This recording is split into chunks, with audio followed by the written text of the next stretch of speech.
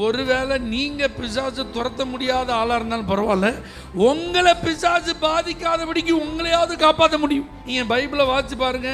ஒரு மனுஷனுடைய இருதயத்திலிருந்து பிசாசு அழகா குடியிருக்கிறான். இப்ப அந்த குடியிருப்பை காலி பண்றாரு ஆண்டவர். இயேசு தங்குறார். இது பிசாசு பிடிச்சவனுக்கு மட்டும் நினைக்க கூடாது. இயேசுவை ஏற்றுக்கொள்ளாத இருதயத்துல எல்லாம் யார் தான் இருந்தா? பிசாசு தான் இருந்தான்.